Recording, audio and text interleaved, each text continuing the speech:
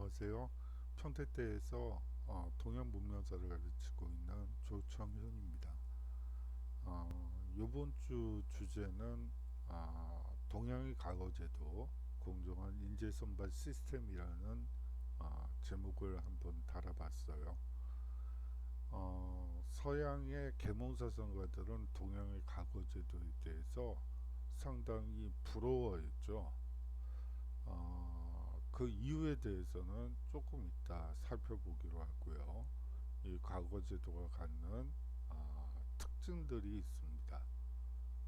계몽사상가들이 부러워할 만한 그리고 서양의 공무원 인용 시스템이 과거제를 기반으로 하게 된 이유가 있어요. 그 부분에 대한 한번 공부를 해보도록 하겠습니다. 역사를 푸는 맛을 오래간만에 가지고 왔습니다. 계몽사상가들도 부러워한 인재선발 시스템 들어가도록 하겠습니다. 전시는 황제나 임금이 직접 주관하는 과거 시험의 최종 관문이었습니다. 최종 관문이었죠. 그래서 과거 합격자와 시험관 사이에 그 끈끈한 사제관계가 형성되기도 했습니다. 그렇기 때문에 또 여러 문제와 비리가 나타나기도 하죠. 그래서 송나라 시기에 임금이 직접 주관하는 과거 시험으로 변경되었던 것입니다. 과거제는 수에서 시작되어 당대에 정비되고 송에 이르러 중요한 관료 선발 제도로 자리를 잡았습니다. 특히 송대에는 과거를 3년에 한 번씩 치르는 것으로 정례화하였고 과거 합격자 수도 대폭 늘어나게 되죠. 자, 한번 해시태그를 볼까요? 소농경영이라는 말이 있습니다. 소농경영이라는 것은 작은 땅을 스스로 경작해서 먹고 사는 것을 얘기하죠. 소지주라고 보셔도 되고요.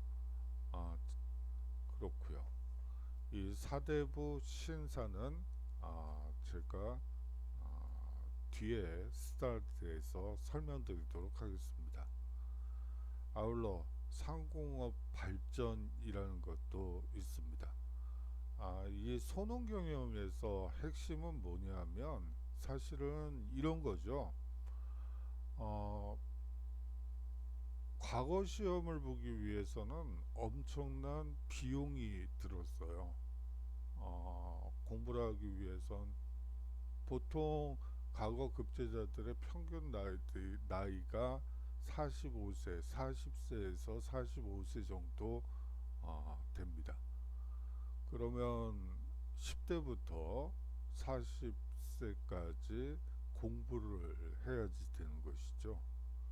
그러기 위해서는 일단 어느 정도 먹고 살 수 있는 기반이 마련된 상태에서 공부가 가능하지 일반 평민들은 어렵다고 보시면 될 것 같아요. 생계의 유지 자체가 어려운 일반 서민들이 과거제에 그 공부를 한다는 것은 거의 불가능하죠. 과거 조선 전 근대 사회는 기본적으로 농경 사회라고 볼 수가 있는데 과거 시험을 보기 위해서는 최소한 소작을 줄 수 있는 규모의 땅을 농지를 가지고 있어야지만 이 과거 시험을 볼 수 있었다는 거, 그 부분은 먼저 말씀드리는 게 맞을 것 같습니다. 다음으로 과거제에 대해서도 뒤에 슬라이드에서 설명을 드리고요. 음운과 음서제도 그리고 볼테르가 있네요. 그것도 뒤에서 자세히 설명을 드리도록 하겠습니다. 한번 전시의 출제 경향을 한번 볼까요? 뭐 모든 시험에는 경향이 있기 마련이죠. 뭐 요새는 저희 때는 뭐 출제 경향이란 게 있긴 있었지만 지금처럼 유형화돼서 체계적으로 정리가 되지는 않았어요. 뭐 여하튼 한번 그 전시에서 출제된 문제들을 한번 보도록 하죠. 세종대에는 다음과 같은 문제가 출제됩니다. 임금이 직접 명을 내리죠. 인재를 등용하고 양성하는 방법에 대해 논하여라 라고 출제를 해요. 이 세종시기는 조선이 이제 어느 정도 건국 창업 이후 안정기에 들어가면서 많은 인재가 필요했던 시기라고 볼 수가 있으니까요. 그래서 그 당시에 가장 시급한 문제였던 인재 등용 방식과 인재 양성 방법에 대해서 한번 논해봐라 라고 그 과제를 제출했던 것입니다. 중종 임금 때는 명나라와의 외교 관계를 유지하기 위해 어떤 사람을 사신으로 선발해야 하는지를 논하여라 라고 이 외교 관계와 관련된 그 과제를 제시하고 있죠. 중종 임금 때는 그 금주령에도 불구하고 계속 술을 빚어 마시는 풍습이 일이 빈번했기 때문에 이 문제에 대해서 과제를 제출하라는 명을 내립니다. 자, 중종임금은 술의 폐해는 오래되었다. 우리 조선의 여러 훌륭한 임금들께서도 대대로 술을 경계하셨다. 그런데도 오늘날 아랫사람들이 술 마시기를 좋아하는 배단이 더욱 심해져 술에 빠져 일을 하지 않는 사람도 있고 술에 중독되어 품위를 망치는 사람도 있다. 흉년을 만나 금주령을 내려도 민간에서 끊임없이 술을 빚어 곡식이 거의 다 없어질 지경이다. 이를 구제하려면 어떻게 해야겠는가? 라는 문제를 과제를 제시합니다. 당시에 이 술은 대부분 곡식을 빚어서 만들죠. 그런데 대부분의 경우 금주령이 나오는 시기는 흉년의 시기와 겹친 시기예요. 흉년이 되면 쌀이나 곡식을 구할 수 없기 때문에 이 금주령을 내리죠. 그럼에도 불구하고 사람들, 특히 이 양반 계층에서는 술을 계속 마시는 것에 대한 이 문제를 제기한 문제라고 볼 수가 있습니다. 명종 시기에는 근래에 와서 학교가 제 기능을 못하고 있다. 이를 개선할 방책을 논하여라. 이 교육 문제에 관심이 많아서겠죠. 그런데 이 명종 시기에는 사실은 이제 김정직이나 아니 김정직이 아니죠. 여러 서원을 기반으로 한 붕당 동인과 서인이라는 사림 세력들이 이제 안착을 하는 시기죠. 여기서 말하는 학교는 성균관을 얘기하는 것이고요. 이제 그 성균관을 어떻게 국립학교인 성균관을 어떻게 개선할지 그 방책을 논하라는 얘기가 되겠습니다. 자, 숙종 임금 때는 다음과 같은 외교 현안을 문제로 제기하기도 하죠. 일본이 울릉도를 죽도라 부르며 우리 백성들의 어로 활동을 금지해달라고 요청했는데 우리의 입장을 설명해줘도 들을 생각을 안 한다. 이를 어찌하면 좋겠는가? 라는 문제를 어, 내고 있습니다. 강의군 때는 대동법이 시행된 시기죠. 처음 대동법을 실시한 군주가 강해군이에요. 그래서 선비들의 그 의향을 한번 듣고 싶었던 것 같아요. 여론조사의 한 방법으로서 공납품을 토산물 대신 쌀로 바꾸는 것에 대해 논하여라 라는 사실상 여론조사 기능을 가진 과거 시험 문제를 내게 됩니다. 강해군은 또 다음과 같은 문제를 내요.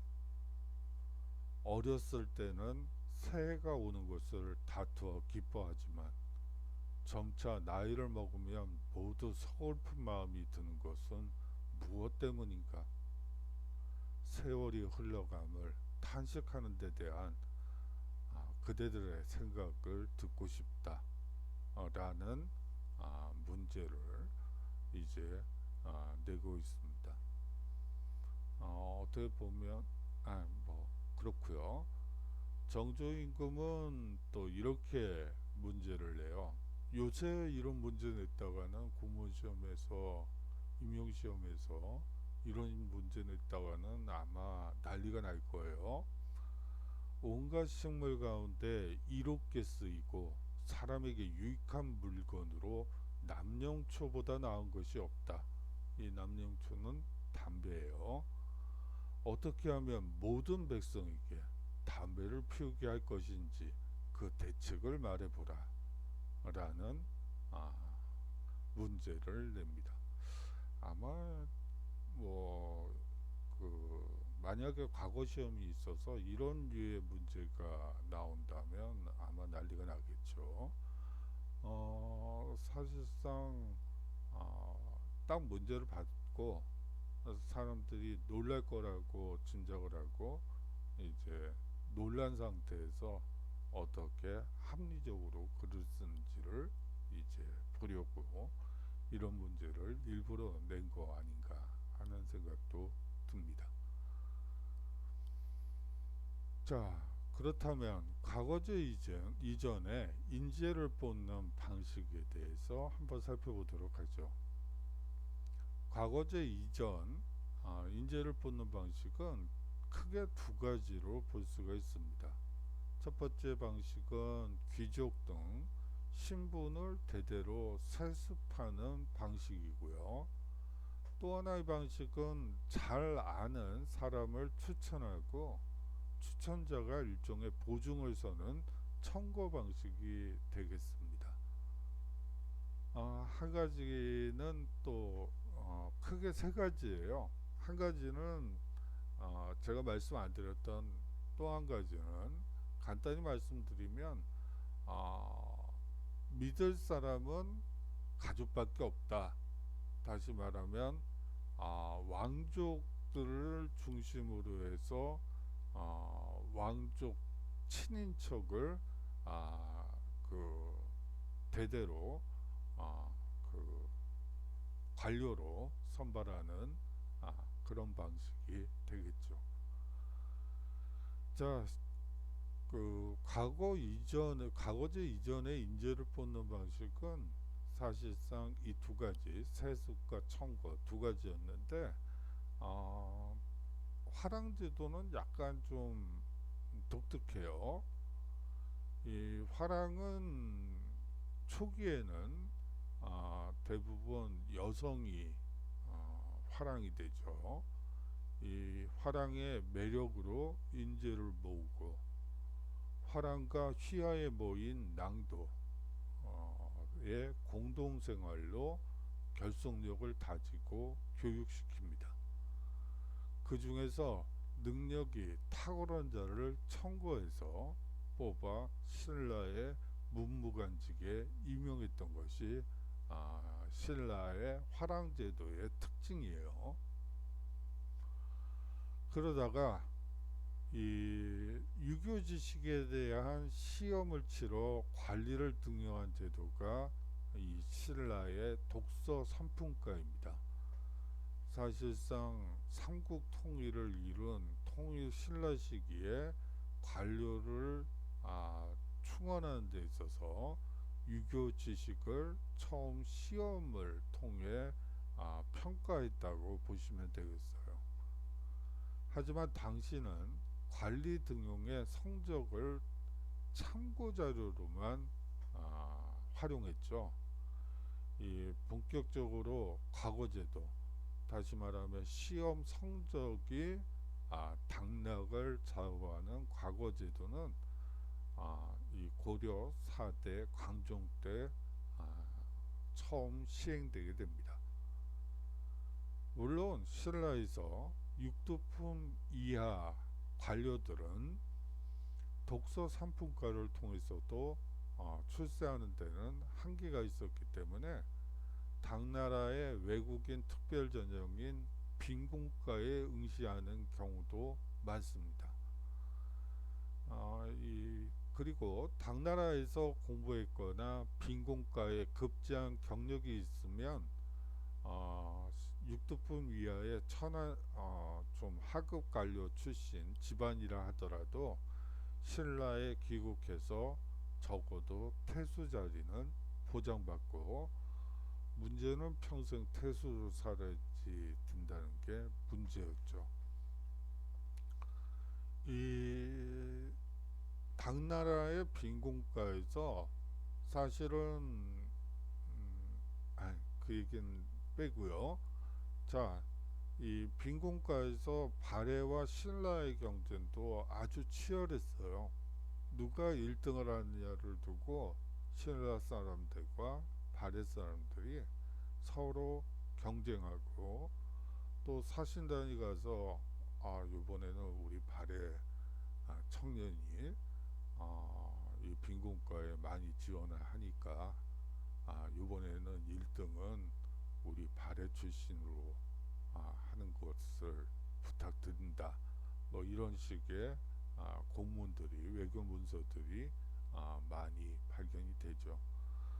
뭐 최치원 같은 사람은 뭐 대부분의 경우 신라 사람들이, 당과 신라는 거의 동맹관계이기 때문에 1등을 차지하게 돼요. 그런데 딱 한 번 발해 출신이 1등장을 받은 적이 있었죠. 과거에 빈공과에 급제한 적이 있었는데, 이제 그 사실을 듣고 최치원이 어떻게 이런 일이 통탄할 일이라고 얘기했던 글이 생각이 나네요. 자, 그렇게 해서 이제 인재를 뽑다가요, 이제 과거제가 실시되게 되죠. 이 과거는 실력에 의해 관인을 선발하는 제도입니다. 음서는 가문을 기준으로 해서 등용하는 제도죠. 신라의 골품 제도를 해체시키고 개창된 고려 왕조는 관인 지배 체제의 확립을 지향하게 됩니다.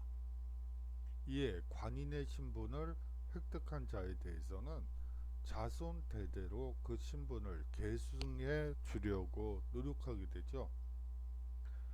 관직을 갖기 위해서는 두 가지 방법밖에 없어요. 과거 시험에 합격하거나 그 밖에 다른 특례 적용을 받아야 했죠. 관인의 자손으로 과거에 합격하지 못하고 특례 적용을 받지 못하는 자가 계속해 나타나자 이들을 구제하기 위한 대책으로 마련된 것이 사실상 음서제도라고 보시면 될 것 같습니다. 음서제는 고위 신분층에게 유리하도록 운영되었죠. 음서 출신자들에게는 한직제와 같은 제약은 없었습니다. 이거는 어디까지나 고려 시기의 얘기예요. 조선시대만 해도 음서 출신들은 그 소위 말하는 능지키는 일이나 조선시대의 여러 임금이 묻힌 능을 지키는 그런 공무원, 능 관리원, 요새식으로 하자면 그런 직급 정도밖에 아, 그 승진을 할 수 없었기 때문에 그렇지 이 고려 시대에는 사실상 한직제와 같은 제약은 없었습니다. 음서 출신자의 대부분이 오품 이상직에 승진하고 있으며 이건 고려 시대 얘기예요. 대략 5, 60%는 재상에까지 오르게 됩니다. 음서 출신자들은 오품 이상관에 진급해 다시 자손에게 누대에 걸쳐 음직을 전수하여 문벌이 형성되고 가족을 기반으로 족당 세력을 구축할 수 있었죠. 음서제는 사실상 귀족제 하에서의 고관이나 유공자에 대한 국가적인 보훈제로서의 성격을 가진다고 볼 수가 있습니다. 조선시대는 한직제를 채용하고요. 음서 출신들은 뭐 사실상 올라갈 수 있는 직분이 오품도 어려워요.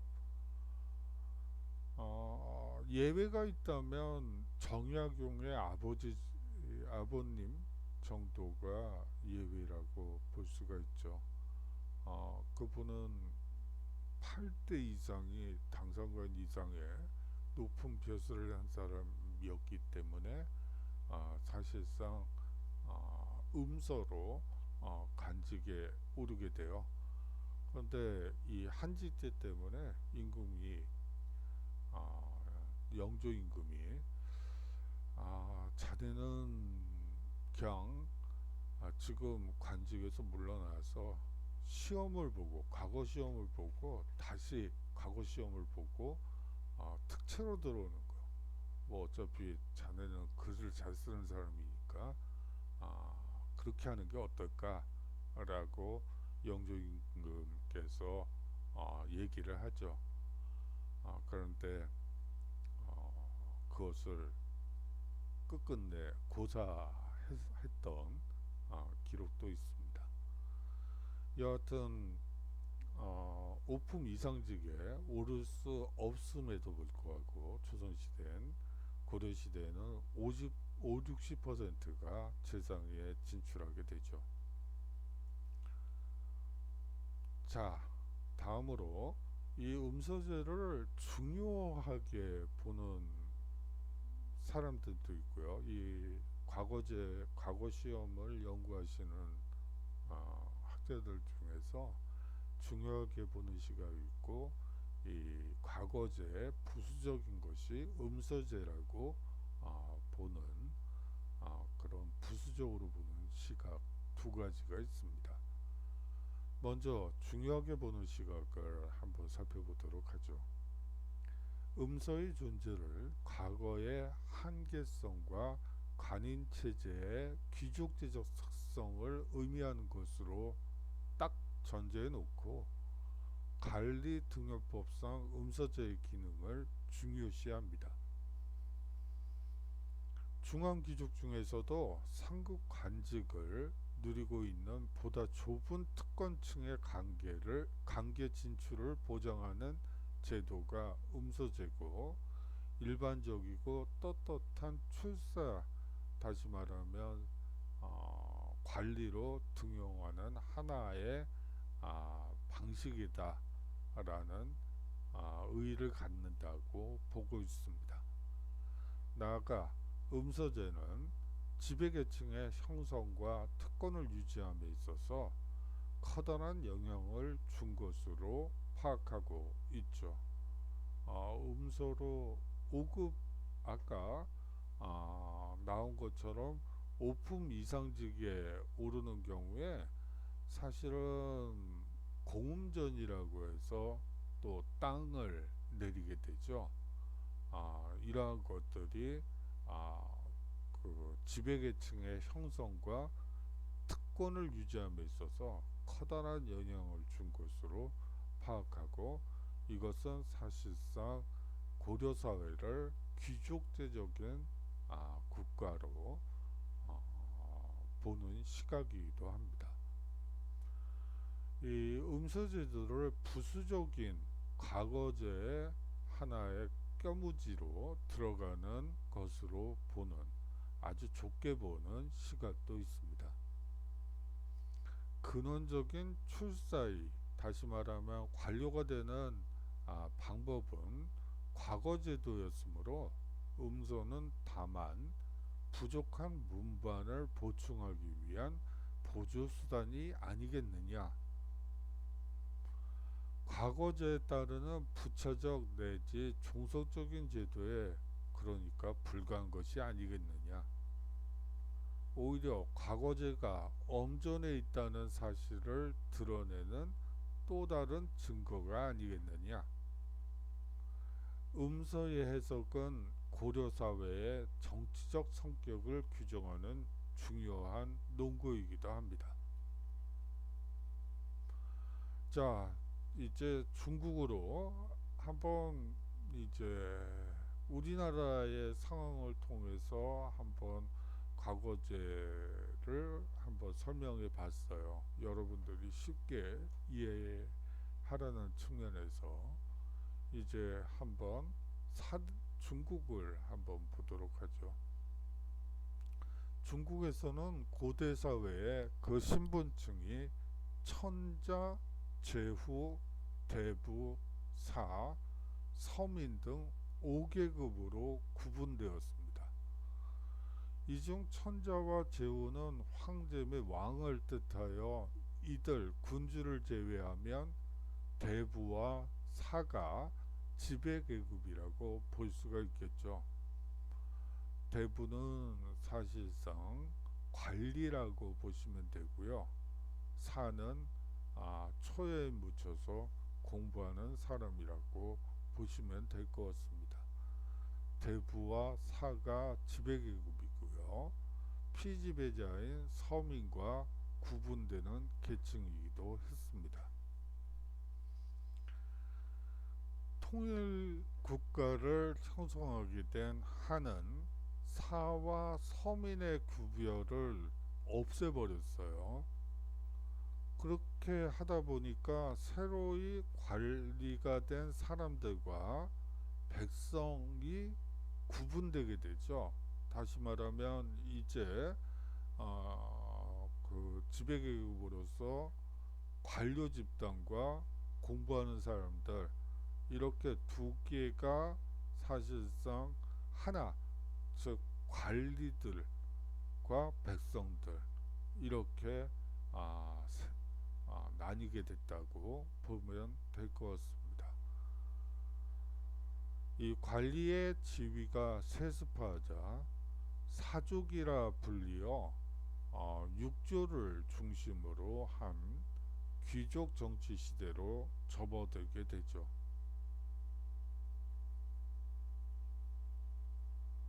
이 송의 사대부는 세습 귀족이 몰락하고 대신 과거에 의한 관료 계급이 형성되어 이들을 사대부 혹은 독서인이나 부르게 됩니다. 사대부 사회는 학문과 더불어 취미 생활을 아주 중요시 여기죠.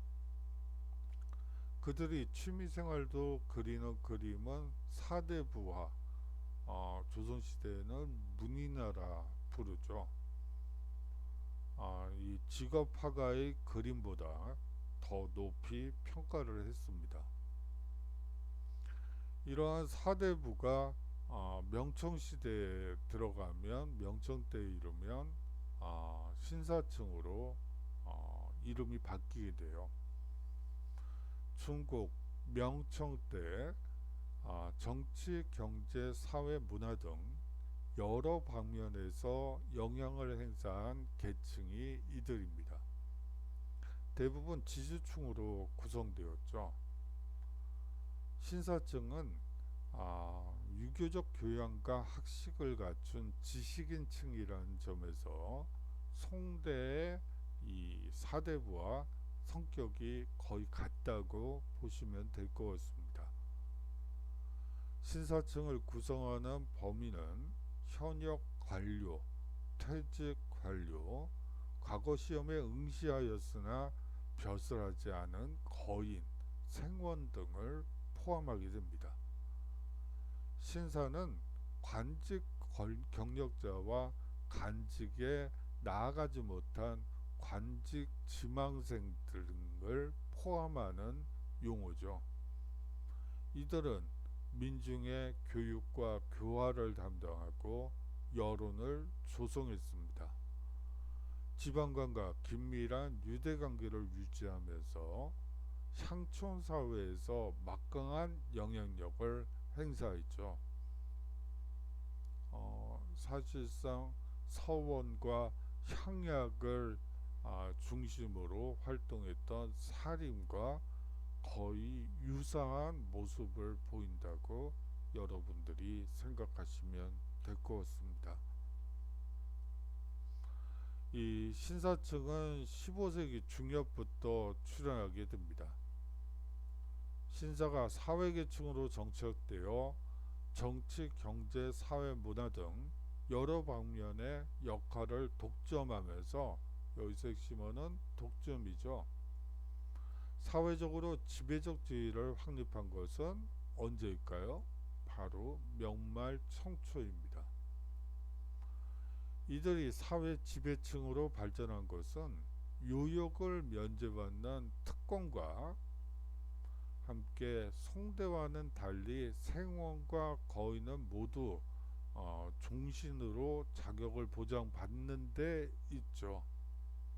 다시 말하면 과거 시험에 전시에 통과는 하지 못했다 하더라도 지방시나 예조에서 보던 시험에 붙었던 혹은 학생 신분을 유지하고 있다면 그 특권이 모두 종신으로 그리고 요역이 면제되는 특징을 가지고 있습니다. 이 신사층은 명나라 중기 이후 관료 예비군으로서 그 수가 크게 증가하게 되죠. 예비 관료 집단으로서 거인과 생원은 향리에 거주하는 관직 경력자나 현직 관료와 함께 향촌 사회에서 영향력을 행사하게 됩니다. 중앙에서 임명된 지방관도 이들의 존재를 무시하고는 행정을 원활하게 수행할 수 없었죠. 신사 중에서도 거인은 진사에 합격하지 않아도 인간할 수 있었기 때문에 거의 관료에 준하는 존재라고 보시면 되겠어요. 명나라 중기 이후 과거제도는 단순한 관료 등용 시험이 아니라 지배 신분의 서열을 정하는 기능을 가지게 되었다라고 보시는 게 좋을 것 같습니다. 자, 이 과거제가 어떻게 시작되는지 한번 보도록 하죠. 한나라 때부터 관리를 등용할 때 시험을 치르게 되는데요. 이 한때의 한나라 때의 이 관료 등용 시험은 매년 실시했습니다. 주로부터는 수재 1명, 군으로부터는 인구에 따라 효령 약간명을 중앙정부에 추천하게 하여 중앙에서 시험을 치러 우수한 자를 뽑아 관리로 임명한 것이죠. 한말 삼국의 위나라부터는 구품 중정, 즉 구품관인법이란 제도가 시행됐는데 문제는 이 관리 선발의 표준을 덕행에 두었기에 주관적이고 정시를 흐르기 쉬워 특권 귀족 계급을 형성하는데 상당히 유리하게 작용되게 됩니다.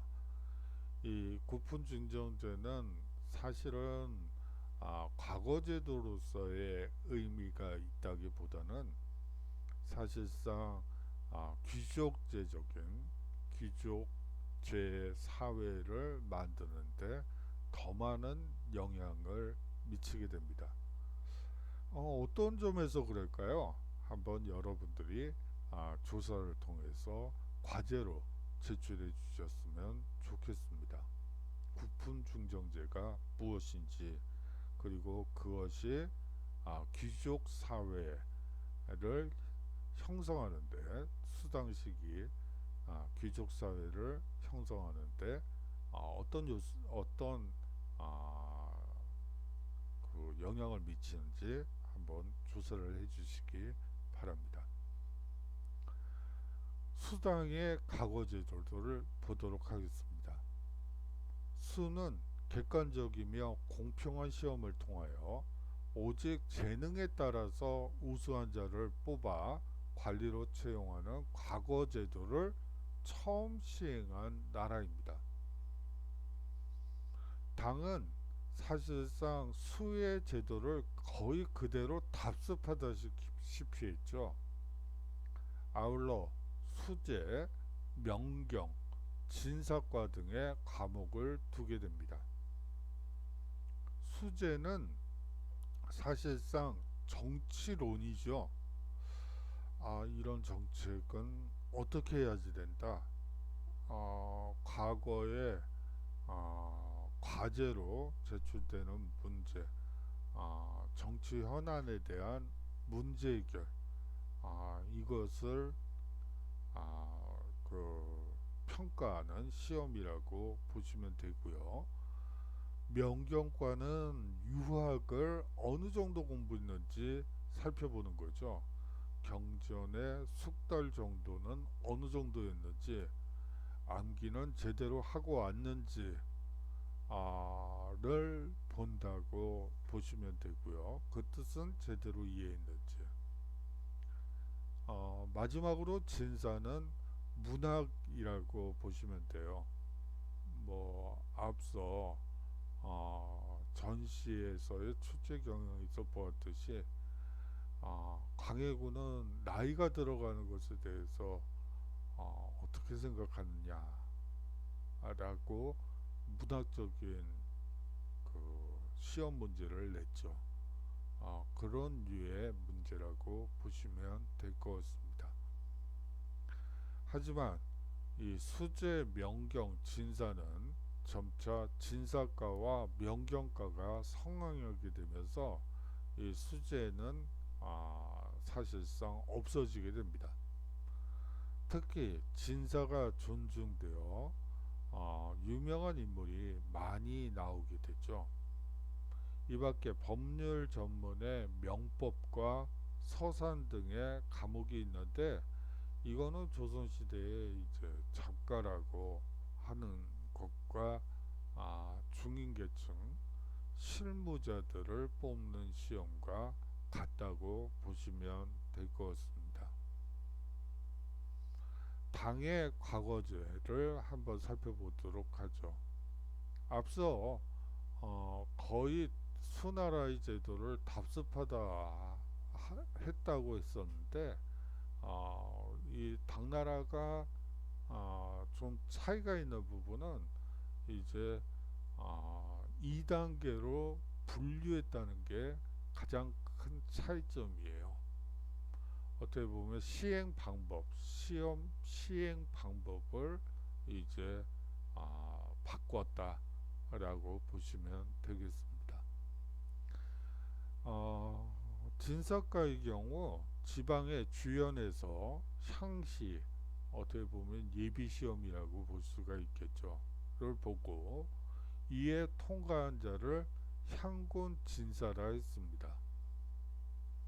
이들을 도성으로 모아서 중앙의 학교에서 선반된 사람들과 함께 예부에서 시행하는 공고를 보게 되죠.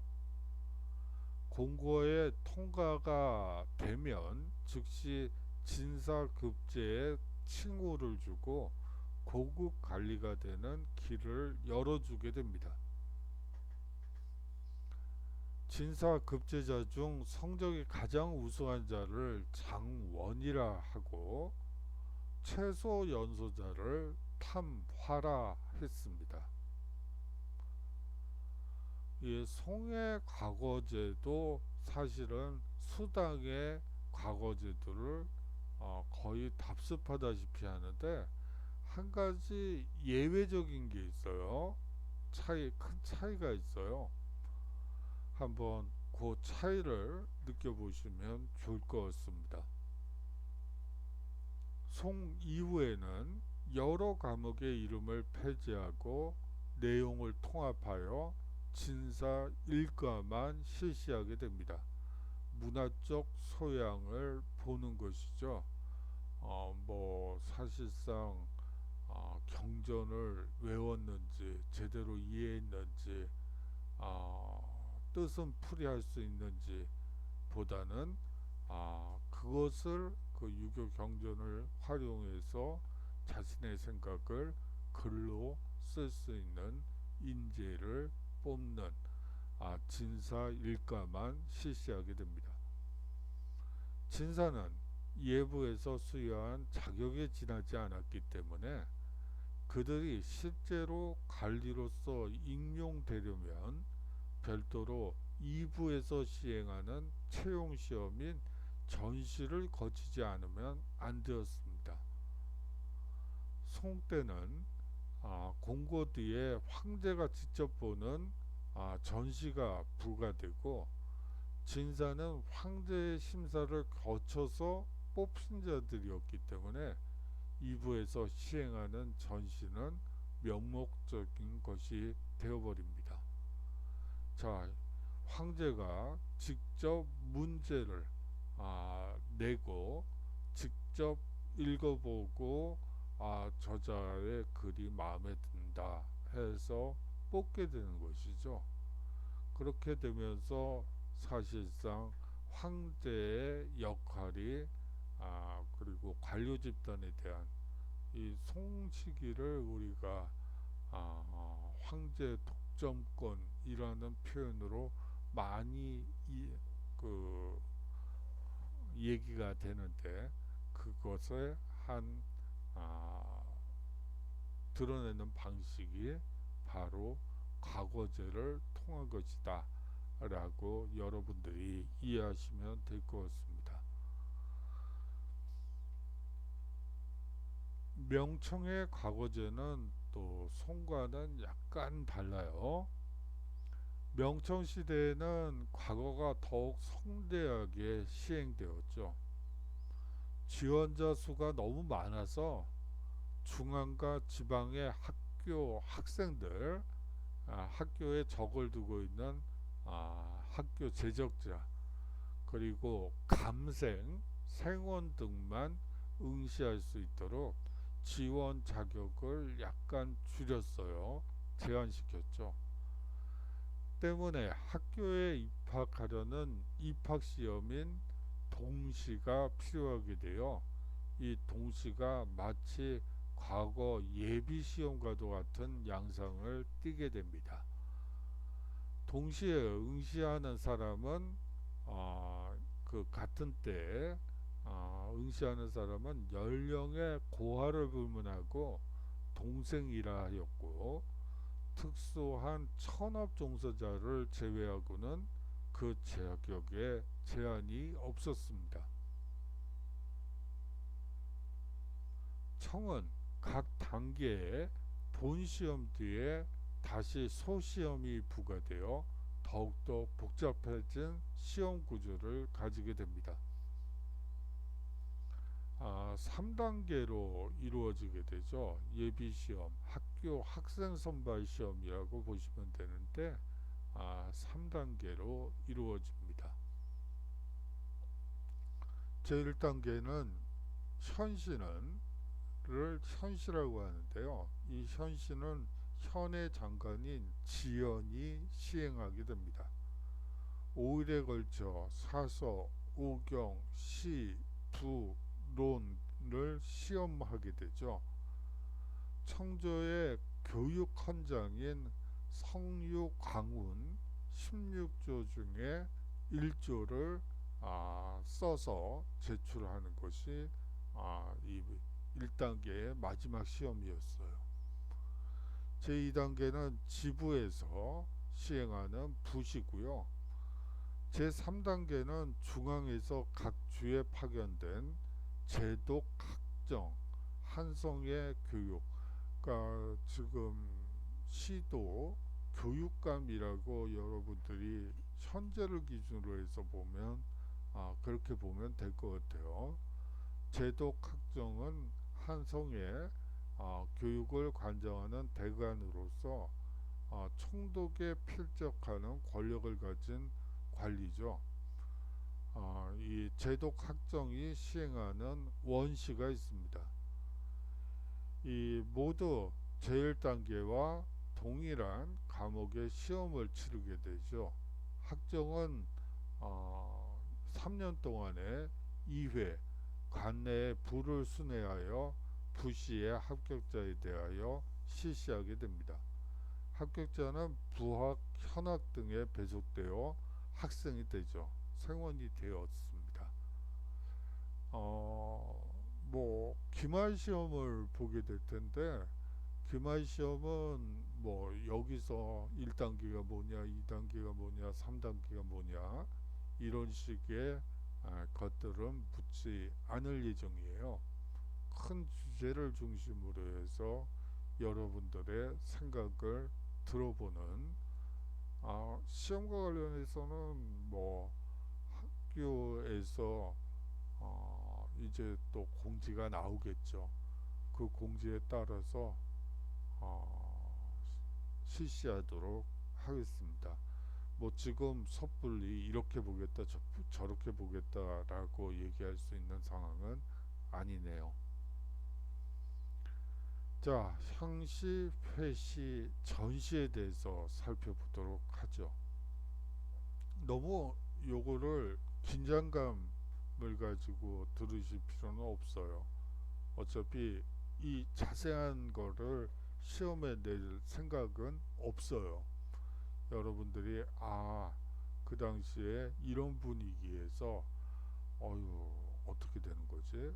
뭐 한번 그 이미지를 상상해 보시라고 한번 설명을 드리는 거지, 이것을 여러분들이 반드시 알아야지 된다고 생각하지는 않습니다. 향시에 통과를 하게 되면요, 거인의 자격을 수여하게 됩니다. 회시는 공고라고도 했죠. 응시 자격은 그 직전에 시행하는 거인 복시에 합격되어 학교에 등록을 해 두어야만 가능합니다. 향시는 식년시라여 3년의 1회, 즉 자, 묘, 오, 유, 연의 8월에 실시하게 됩니다. 각각 그 다음에 3월에 베이징의 공원에 전국의 거인을 모아놓고 회시가 실시되었는데, 자그마치 약 1만 명 중에서 2,300명이 합격할 정도니까 상당히 어려웠다고 볼 수가 있겠죠. 전시는 사실상 최종 시험이죠. 궁중에서 시행하는 전시를 보게 되며 통과자에게 진사라는 칭호를 수여하게 됩니다. 진사 합격 발표식은 궁중에서 황제가 친히 임석하고 백관이 참석한 가운데 성대하게 거행됩니다. 이 행사를 절로 또는 창명이라고 했죠.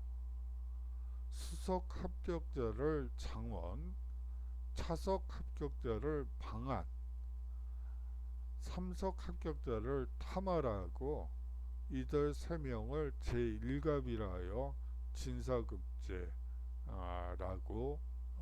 불렀습니다.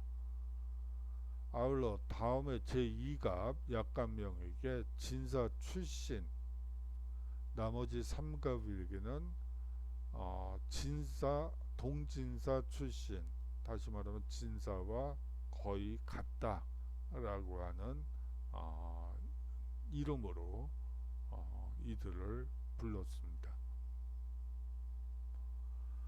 이 중국과 교류하던 유럽의 선교사와 외교관들에 의해 서양에 알려진 과거제는 이 서양의 정치 이론가들에게 큰 영향을 미치게 됩니다.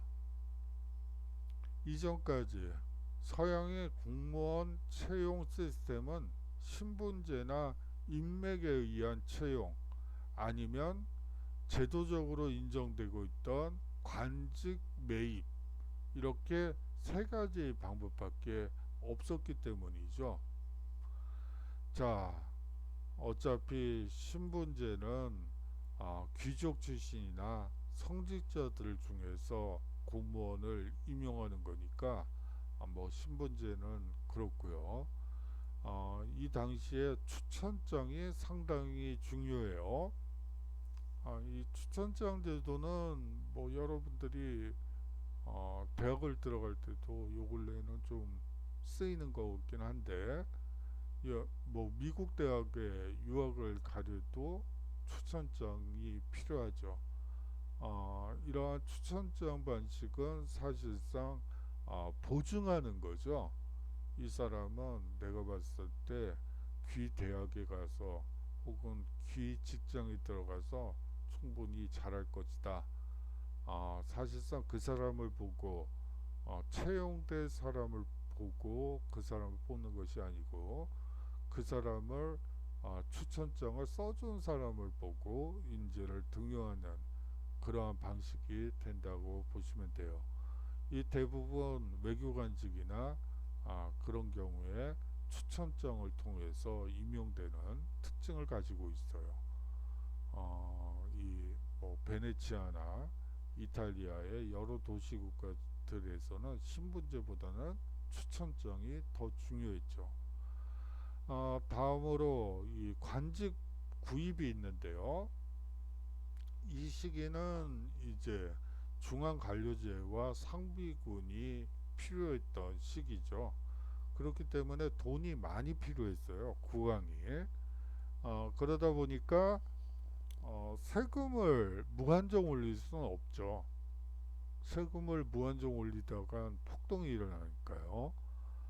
그러니까 이 부르주아들, 제3신분 중에서 부유한 사람들에게 관직을 통해서, 만약에 국가에 헌납을 하면 이제 관직을 주고 그들을 귀족으로 만들어주는 그런 제도가 있었습니다. 이렇게 세 가지 방법이 있는데, 이 중에서 시험을 보고 자신의 능력에 따라서 소위 말해서 공무원이 되는 시스템은 아무것도 없죠.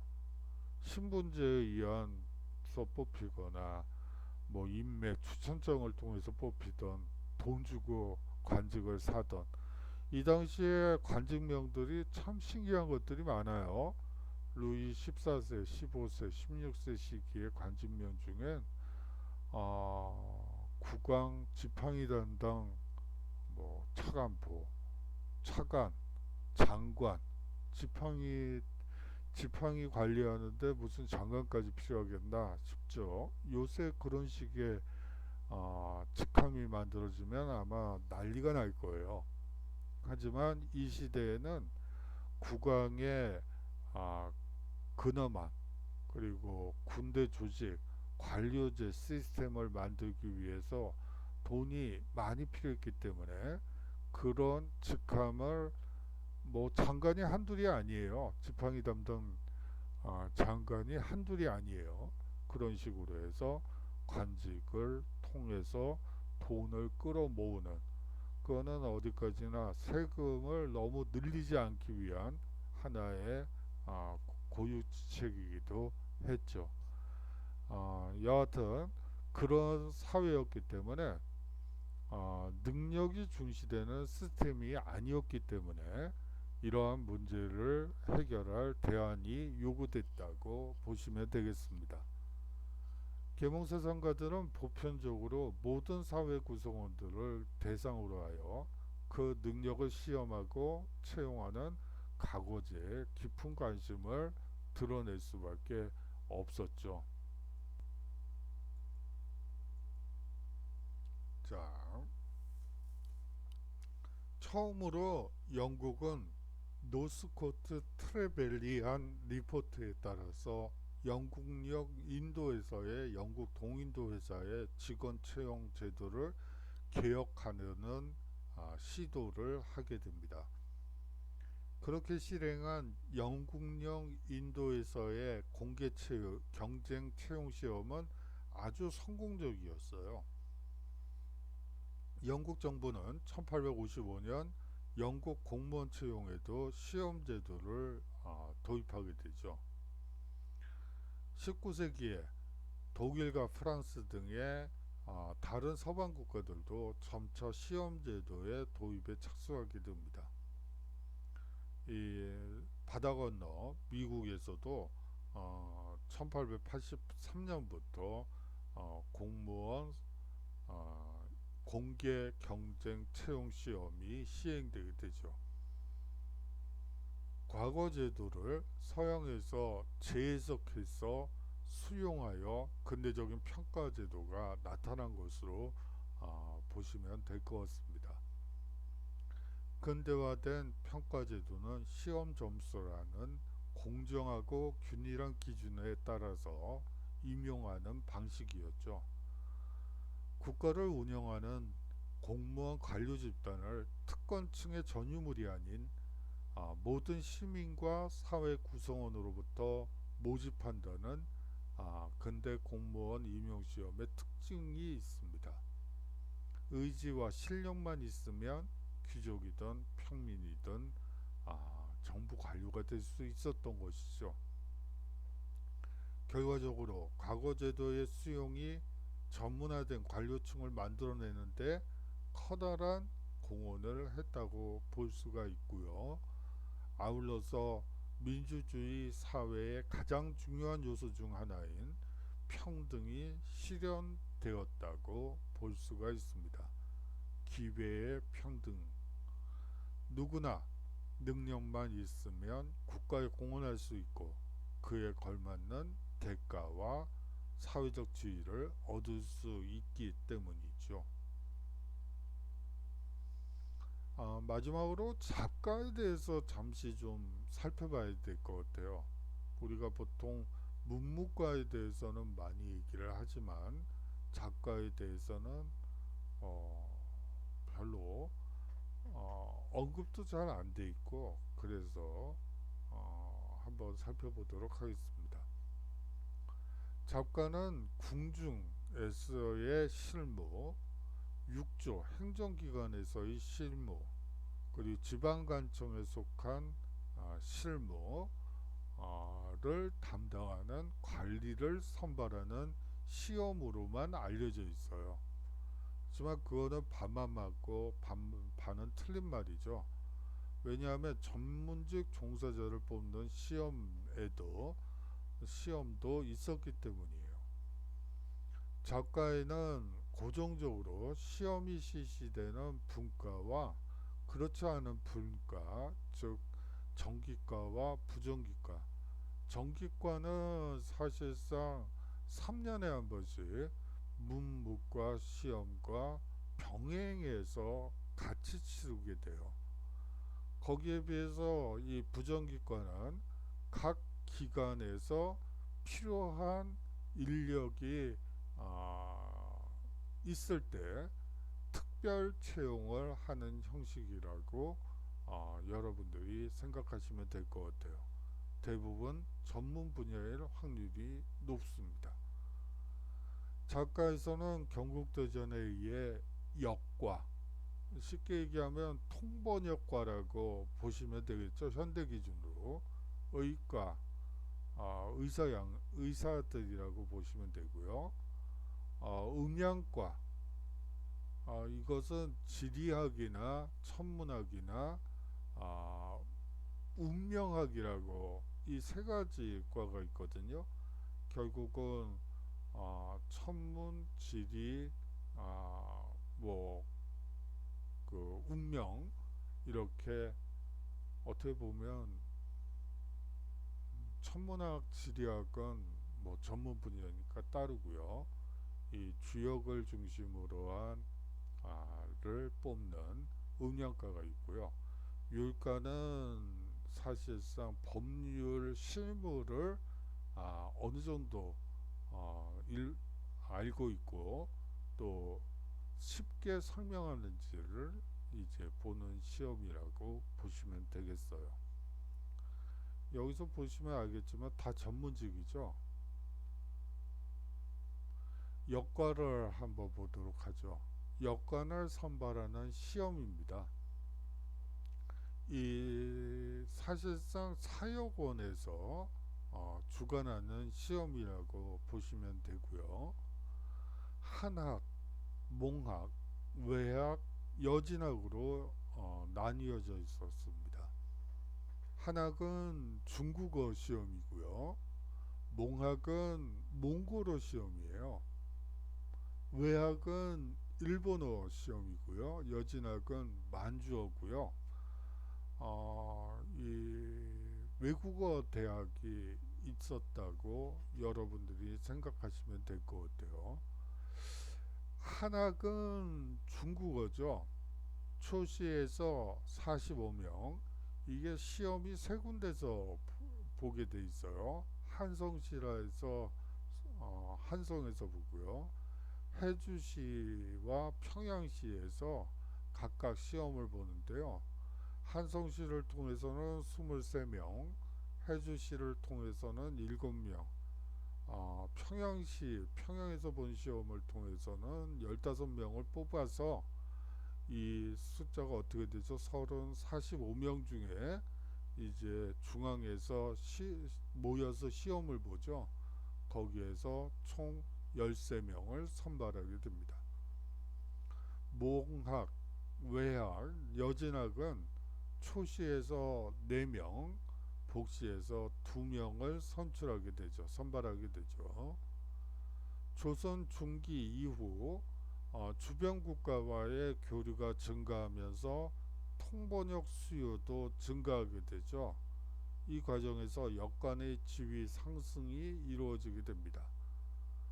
초시 합격 자격만으로 품계를 받을 수는 없었지만 관직에 오를 수는 없었지만 변경 지역의 관청에서 통번역 품을 팔거나 계시와 후시에서 무역을 하며 생계를 유지할 수 있었죠.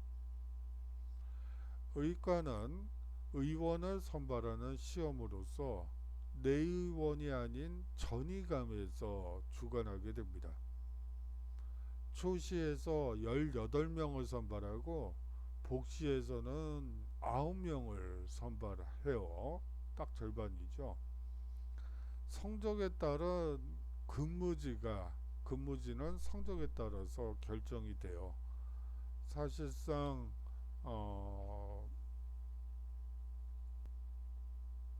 내의원 정원 자체가 20명이 채 되지 않았고요.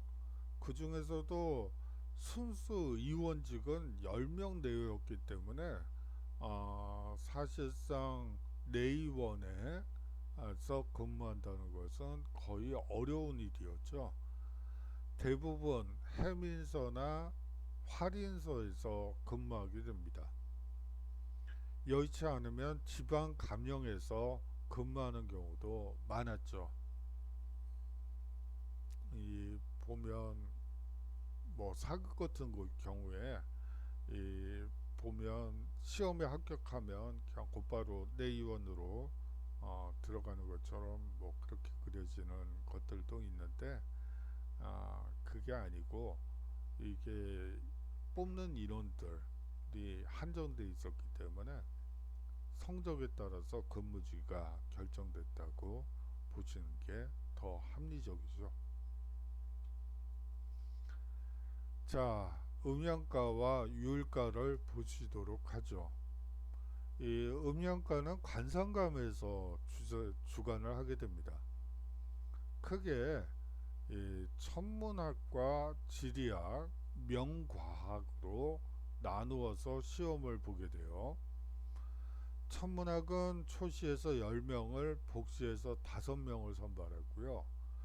지리학과 명과학은 각각 초시에서 4명, 복시에서 2명을 선발하게 됩니다. 이 인원수에서 드러난 바와 같이 천문학이 상당히 중요하죠. 왜 그럴까요?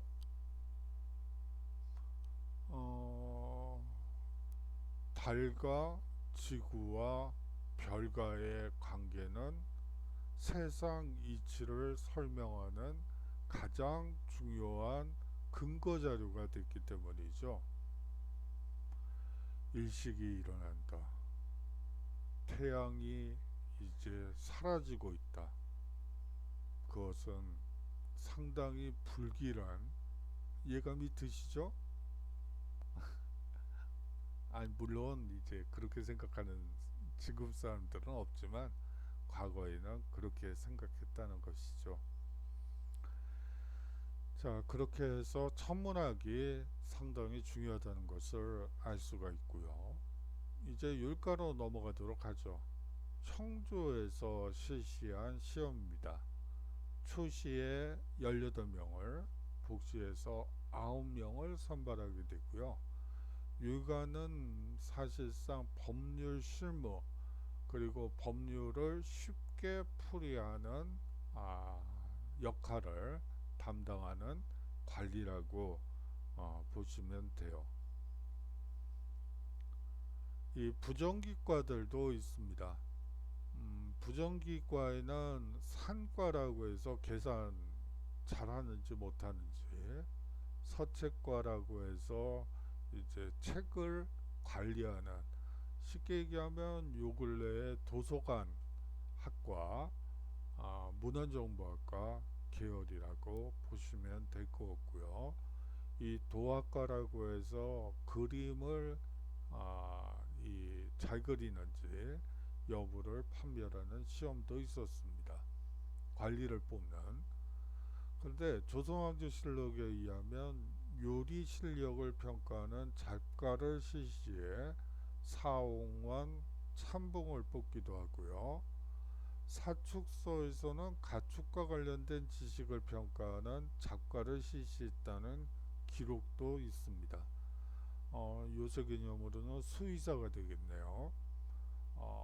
꽤나 다양한 전문 기술 분야에 시험이 실시되었음을 알 수 있죠.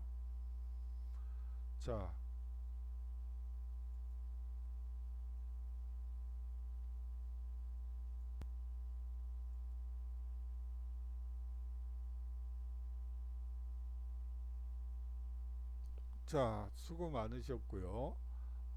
다음 주에 건강한 모습으로 인사드리도록 하겠습니다.